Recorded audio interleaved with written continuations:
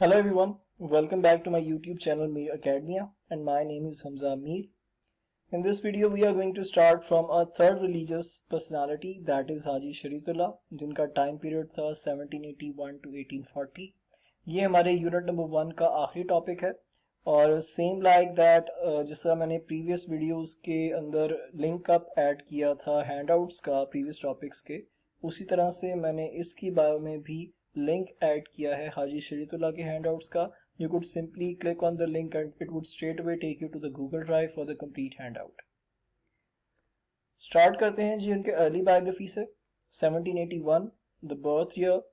He was born in Faridpur, East Bengal. एक prominent Islamic scholar और reformer थे.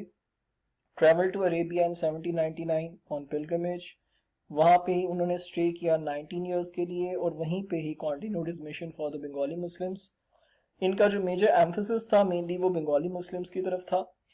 शेख मोहम्मद अब्दुल वहाब से इन्फ्लुएंस थे और सबसे इम्पॉर्टेंट चीज that he was the one who started the Faraizi movement. इस वीडियो के अंदर हम इसको भी डिटेल में देखेंगे. ही डाइड इन 1840 और उनकी वर्किंग को उनके बेटे ने कंटिन्यू किया. उस name was Mohsinuddin who basically continued the work until 1857 and later on arrested by the British and died in 1860. ये तमाम डिटेल्स हम अपनी नेक्स्ट स्लाइड में कंटिन्यू करेंगे. Number 2 believes. यहाँ पे आप देख रहे हैं कि apart from the other topics मैंने यहाँ पे 7 मार्क का क्वेश्चन इस दफा बिलीव्स के साथ ऐड किया है. That is why did Haji Shariatullah start his Faraizi movement. Because मैंने बिलीव्स को तो डिस्कस करना था बट यहाँ पे इस क्वेश्चन के एडअप करने की रीजन है कि ये क्वेश्चन जो है वो इन्हीं पॉइंट्स के ऊपर बेस करता है. अगर आप इन कंटेंट्स को जो है वो पैराग्राफिक फॉर्म में कन्वर्ट करें तो you would simply get your 7 mark answer as well. Let's start from the very first point. As I said that कि हाजी शरीयतुल्लाह की जो वर्किंग थी वो मेनली बंगाली मुस्लिम्स के लिए थी. तो जो उनके सर्टेन बिलीव्स थे वो ये थे कि जो बंगाल के मुस्लिम्स थे they were being oppressed by the British and Hindu rulers who were the landlords over there, and just because of that they had certain miserable conditions in India under these rulers. और उस miserable condition of Muslims की वजह से the country was being declared by him as दारुल हर्ब. दारुल हर्ब के बारे में मैंने प्रीवियसली बताया था कि it was a place which is been ruled by non Muslims, जहां पे मुस्लिम्स को उनकी रिलीजियस प्रैक्टिसेस फॉलो नहीं करने दी जाती. और यहाँ पे भी कुछ ऐसा ही था. तो he advised Muslims to stop offering Eid and Friday prayers. अब ये देखने में तो बड़ा थोड़ा अजीब सा कंटेंट लगता है but obviously it had some reasons. Reason ये था कि ईद और फ्राइडे प्रेयर्स दो ऐसी प्रेयर्स हैं जहां पे मुस्लिम्स की स्ट्रेंथ ज्यादा होती है तो कैजुअलिटीज के चांसेस इंक्रीज कर जाते हैं. So that is why he stopped them to offer these prayers. अगर इसके सेकंड पॉइंट पे आए तो जिस तरह हमने प्रीवियस टॉपिक्स के अंदर भी डिस्कस किया था कि Muslims were basically away from religion. There were certain evils which were crept into the society of Muslims. यहाँ पे भी यही था कि there were absence of true Islamic principles. तो हाजी शरीयतुल्लाह जो थे उनका बिलीव ये था कि मुस्लिम्स जो है वो अपने फराइज की तरफ वापस आए जो कि रिलीजियस ऑब्लिगेशंस हैं. और ये भी एक रीजन बनी फराइजी मूवमेंट के स्टार्ट करने की जिसमें उन्होंने ये कहा कि मुस्लिम शुड ऑफर देयर फराइज. थर्ड पॉइंट यहाँ पे डिस्कस करेंगे जिहाद का. आपका जो जिहाद है obviously which is declared as a fight in the way of Allah और इस्लाम. Over here jihad was basically supported by his Faraizi movement क्योंकि वो समझते थे कि मुस्लिम्स जो हैं वो ऑप्रेस्ड हैं और उनको आवाज उठानी चाहिए उन रूलर्स के अगेंस्ट जो उनको ऑप्रेस्ड कर रहे हैं. सो दे शुड डिक्लेयर जिहाद अगेंस्ट देम. ये हैं इनके बिलीव्स. और अब इनकी वर्किंग की तरफ चलते हैं.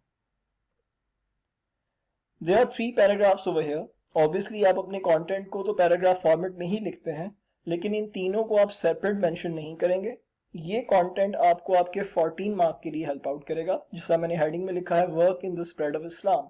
आपको 14 मार्क में पूछा जाता है तीनों रिलीजियस पर्सनालिटीज का. तो जब आप हाजी शरीयतुल्लाह के बारे में लिखेंगे तो इसी पॉइंट को आप पैराग्राफ में कन्वर्ट करेंगे.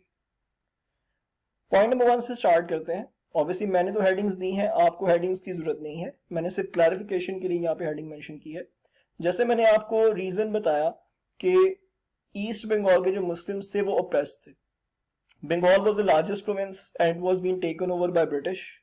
وہاں پہ جو مسلمز تھے they were being oppressed by the landlords, اور اس oppression کی وجہ سے وہاں کے مسلم جو تھے they were unable to get any kind of an opportunity of education and employment, which resulted in poverty. ایک economic oppression create ہو گیا تھا. That is why he also started his Frizy movement, جس میں انہوں نے مسلمز کو یہ کہا کہ they should pray for their past sins and promise for the righteous life. مطلب یہ کہ وہ اپنے پرانے گناہوں کی معافی مانگیں اور یہ پرومس کریں کہ وہ اگلی زندگی جو ہے، جو باقی زندگی ہے، وہ قرآن اور سنہ کے اکارڈنگ گزاریں گے. نمبر 2، حاجی شریعت اللہ a threat. جب ہم برٹش کے آپریشن کی بات کرتے ہیں تو یہاں پہ کیونکہ حاجی شریعت اللہ کا رول پلے بڑا امپورٹنٹ تھا. He basically awakened the peasants to raise voice against the rulers جو ان کو oppress کر رہے تھے. Peasants over here is called as farmers. اب ان کے انکریجمنٹ کی وجہ سے وہ آواز اٹھانا شروع ہو گئے اپنے رولرز کے اگینسٹ. تو یہ ایک تھریٹ بنتا جا رہا تھا وہاں کے رولرز کے لیے. That is why they drove حاجی شریعت اللہ out of the region اور ان کو نواب گنج بھیج دیا گیا جو کہ ڈھاکہ کا ایک ڈسٹرکٹ تھا. ادھر ہی died in 1840. Third point, the third paragraph is محسن الدین. جیسے میں نے ارلی بایوگرافی میں ڈسکس کیا کہ ان کے بیٹے نے ان کے کام کو کنٹینیو کیا تھا، وہی چیز آپ اپنے اس پیراگراف کے اندر مینشن کریں گے. His work was being carried out by his son, اور ان کے بیٹے نے آگے کچھ اکنامک میئرز کریٹ کی. وہ آپ کے جو ہے اسکرین پہ اس وقت 3 پوائنٹس جو نظر آ رہے ہیں. I'm talking about these things. اب انہوں نے یہ کیا کہ he divided East Bengal into circles.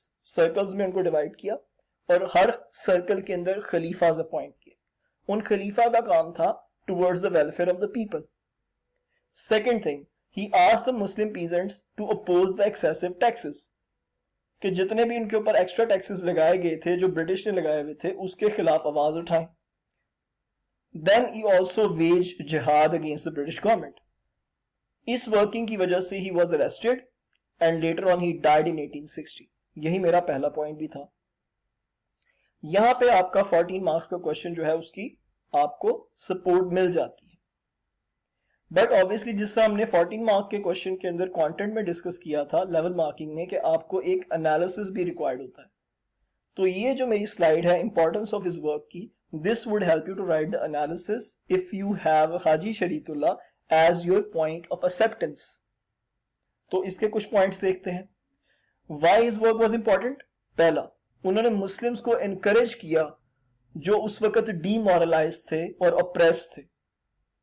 دوسرا، جو وہ اوے تھے اپنے ریلیجن سے اور کچھ نان مسلم پریکٹسز اسکریپ تھیں ان کی سوسائٹیز کے اندر، اس کا اسپرچل ریوائول ہوا. That was obviously regarding the religion of East Bengal. Then جو ہندو انفلوئنس تھا that was removed from the Islamic practices. اور ایک اور چیز جو میرا لاسٹ پوائنٹ ہے، کہا یہ جاتا ہے کہ پاکستان موومنٹ کے بارے میں اگر بات کریں جو کہ ہمارا آگے جا کے پوائنٹ آئے گا، if you talk about the seeds of Pakistan movement تو اس کو فرائضی موومنٹ کے ساتھ لنک کیا جاتا ہے. کہا جاتا ہے کہ فرائضی movement was the one which sown the seeds for the Pakistan movement. یہیں سے اس کی بنیاد رکھ دی گئی تھی. یہ تھا آپ کا ٹاپک حاجی شریعت اللہ کا. اگر آپ کو ویڈیو یوزفل لگی ہے تو please kindly mention in the comment box. Don't forget to subscribe the channel and like the videos. آپ کے کامنٹس بہت یوزفل ہیں اور ویلیو رکھتے ہیں. انشاءاللہ ہم کنٹینیو کریں گے اپنی نیکسٹ ویڈیو سے. تب تک کے لیے خدا حافظ.